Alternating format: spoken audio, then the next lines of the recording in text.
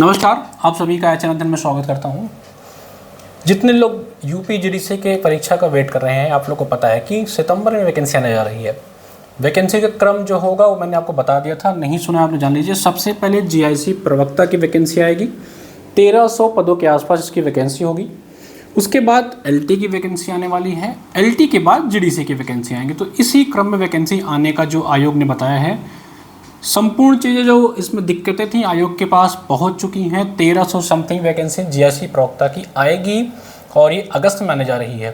तो प्रिपरेशन आपको स्टार्ट कर देना है। इस वीडियो में हम लोग स्पेशली जीडीसी की बात करने वाले हैं। सबसे महत्वपूर्ण बात समझ लो आप लोग, जीडीसी, जीआईसी, एलटी तीनों का लगभग सिलेबस जो है 70-80% चीज़ सेम होंगी। तो आपको एक तैयारी से 3 परीक्षा देने का मौका मिलेगा, इस बात को मान के चलिए। इस वीडियो में हम लोग जीडीसी के बारे में कंप्लीट बातें करेंगे।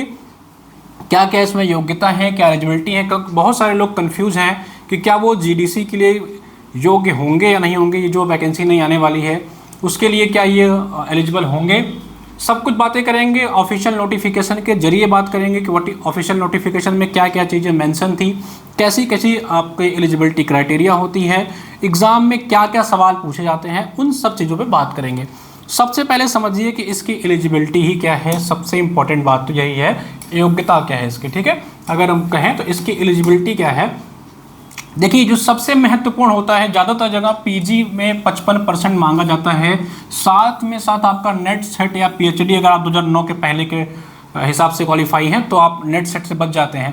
लेकिन अगर सिंपल बात करें तो आपके पास पीजी में 55% होना चाहिए और नेट और सेट पास होने चाहिए।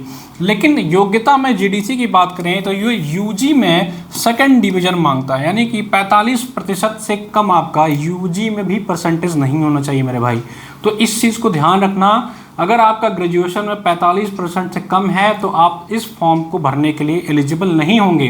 तो यूजी में 45% हो, पीजी में 55% हो और उसके साथ साथ नेट। बाकी पीजी में आपको 5% तक छूट दी जाती है आपके कैटेगरी के हिसाब से। ओबीसी वालों को, एससी एसटी वालों को आप उसको देख सकते हैं, जो छूट मिलेगी।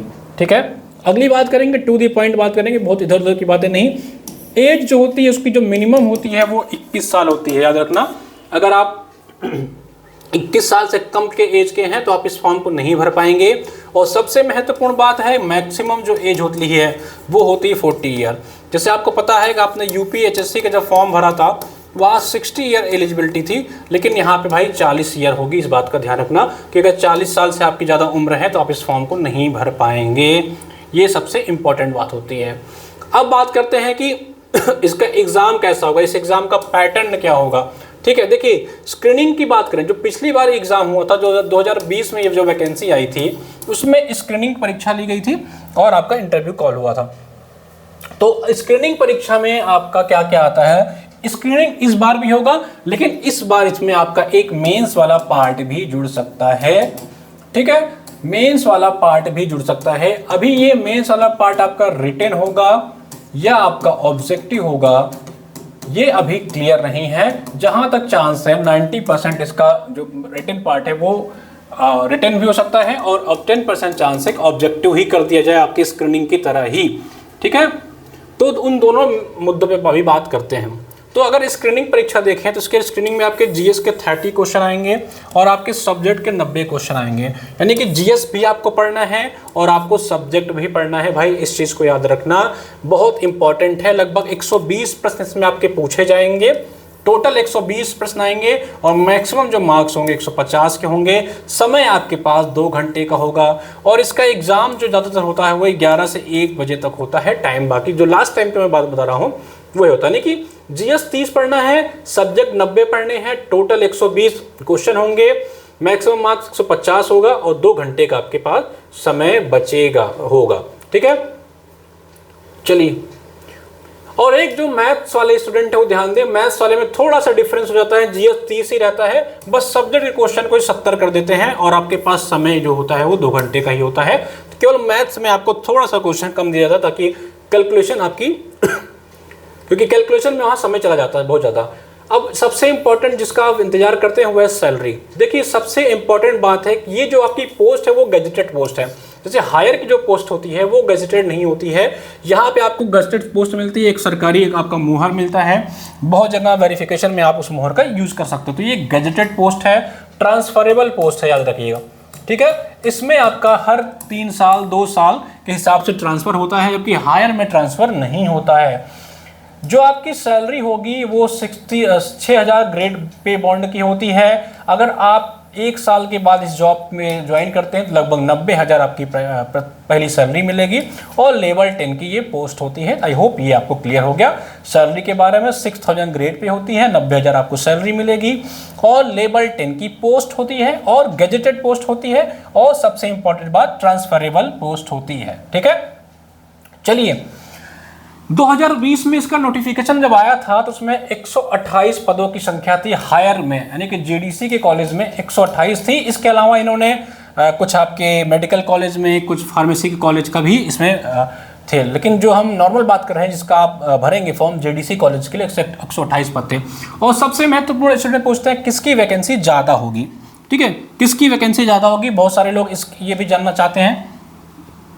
तो अगर मैं ज़्यादा लास्ट ईयर के हिसाब से देखूँ तो सबसे ज़्यादा जो लास्ट ईयर वैकेंसी आई थी वो कॉमर्स की थी, लगभग 21 थी पदों की संख्या।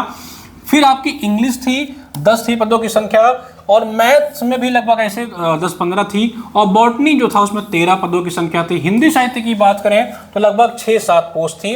बाकी कुछ फाइनल में अगर प्लस माइनस बड़ा हो तो उस चीज़ का मुझे अभी नहीं आइडिया है। जो नोटिफिकेशन में आया था वो 128 पद आए थे और इन जो सब्जेक्ट थे ये टॉप सब्जेक्ट थे, इनकी वैकेंसी सबसे ज़्यादा आई थी।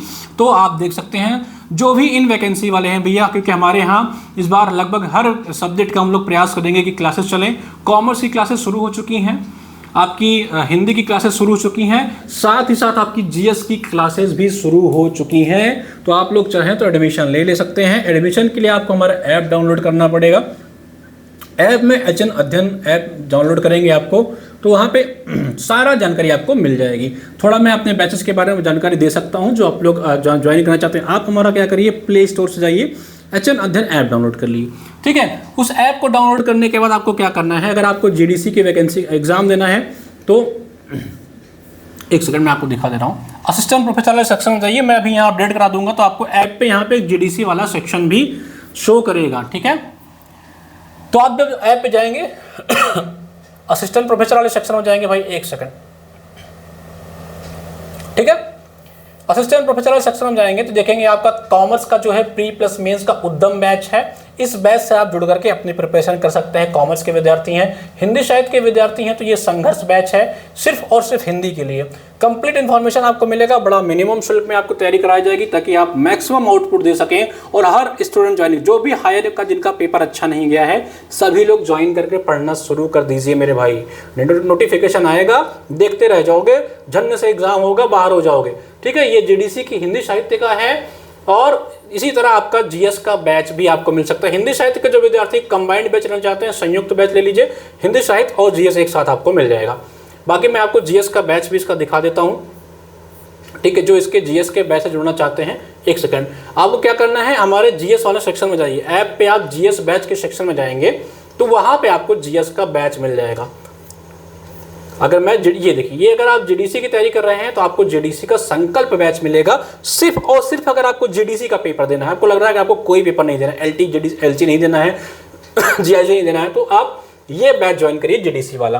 बाकी अगर आपको कई परीक्षाएं देनी है, एलटी भी जीआईसी भी, तो भैया पास प्रो ले लेना आप।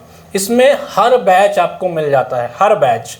तो आपको पास प्रो लेना है, नहीं तो अगर आपको एलटी जीआईसी देना है तो अलग से प्रारंभ बैच है, इस बैच से जुड़ जाओ। और सबसे इंपॉर्टेंट बात, राजस्थान की तैयारी कर रहे हो तो राजस्थान का बैच स्टार्ट हो गया है, जिसकी फीस 799 रखी गई, लेकिन अभी जो 50 बच्चों के लिए इसकी फीस 399 है। इसमें एक कोड यूज करना है RPSC 50, ठीक है।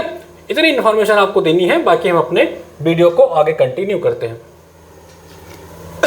तो जिनको बैच जुड़ना लेना है भाई, धड़ाधड़ जाइए, बैच जुड़िए और प्रिपरेशन शुरू कर दीजिए। एक अपना बना लीजिए प्रोग्राम कि कैसे आपको तैयारी करनी है। देख लीजिए हायर में लास्ट टाइम आपसे क्या गलतियां हुई थी, कहाँ समस्याएं आई थी, सब्जेक्ट में कितना गलती हो गई, जीएस में क्या समस्या आई, उन सभी को आपको देख करके जीडीसी के लिए लग जाइए मेरे भाई। वैकेंसी तो इसी साल आएगी, पेपर भी इसी साल हो जाएगा और बहुत जल्द हो जाएगा, फिर रह जाओगे। इसलिए मैं कहता हूं कि बार बार कि समय से पहले आपको तैयारी करनी है, ठीक है। चलिए हम लोग कहां तक पहुंचे थे,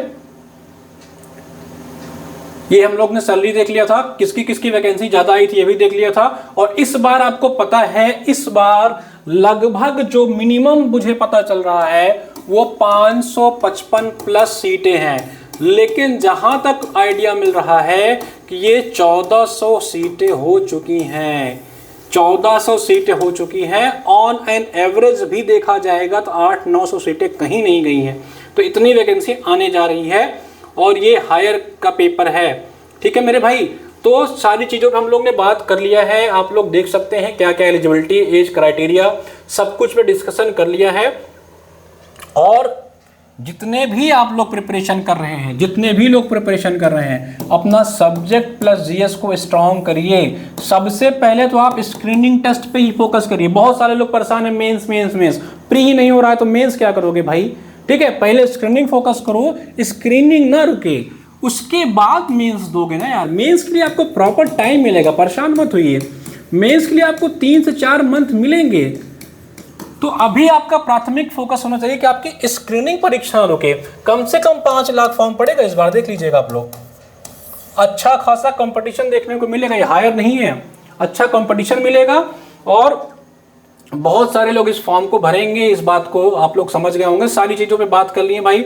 बाकी बैच से जुड़ना चाहते हैं तो बैच से जुड़ करके तैयारी कर सकते हैं। और सबसे इंपॉर्टेंट बात है कि अगर आपको कोई जानकारी चाहिए तो ये हमारा नंबर है 9450 40 39 52, ठीक है। इस नंबर पे कॉल कर लीजिए, चाहे आप व्हाट्सअप कर लीजिए, चाहे आप कॉल कर लीजिए, जो भी आपको करना है कंफर्टेबल हो कर लीजिए। और एचएन अध्ययन ऐप को डाउनलोड करना मत भूलिएगा। इतनी मिनिमम शुल्क में कहीं पढ़ाई नहीं होती है जितना कंटेंट आपको, क्वालिटी कंटेंट हम लोग देते हैं। हायर में आपने जुड़ा था भाई, आप सभी लोग देखे होंगे, इतना कहीं मिलेगा उलेगा नहीं आपको। और सबसे इंपॉर्टेंट बात है, इतना कहना चाहूँगा, बैच से जुड़िए ना जुड़िए आपकी अपने ऊपर है।